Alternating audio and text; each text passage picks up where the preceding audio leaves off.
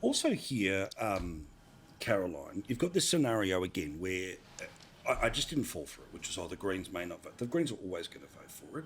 They're going to turn around and pretend that the glitter on the droppings is to suggest that, we've got this pathway to block things. And I'll be honest, I'm more inclined to believe the Greens than Labor pretending as there's nothing to see here, because if the legislation ties their hands, then they're going to turn around and say, well, the reason we can't do this is because the legislation tied our hands.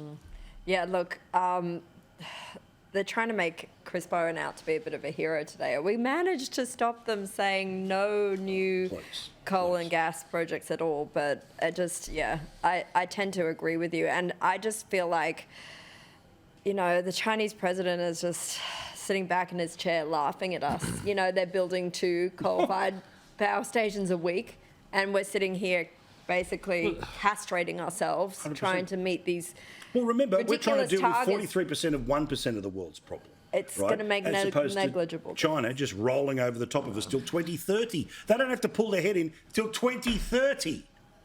We know that coal consumption is going up, not down around the world. Gas consumption is going up, not down around the world. Oil consumption is going up, not down around the world. We know that we have huge amounts of all three. We are committing, if this goes through, Paul, a tremendous act of self-harm. Now, the politics of this are such that Chris Bowen had a choice. He could have gone and said, well, the Greens have done it again. They have blown up our attempt to save the planet, and we'll have to pull the thing. And sorry, it's all Adam Bandt's fault. Instead, what do? They make Adam Bandt the hero at the same time he's the villain, because what's he going to do? If this goes through, Beetaloo, gone. All these little gas fields, gone. Remember 10 years ago, Paul, when we were sitting here saying, gas will be the transition fuel. No. Gas, we can't have that anymore. They want to rip it out of your kitchen. Yeah. This is just the insanity. This is not just climate change. This is actually just an apocalyptic mentality that has now infected Canberra.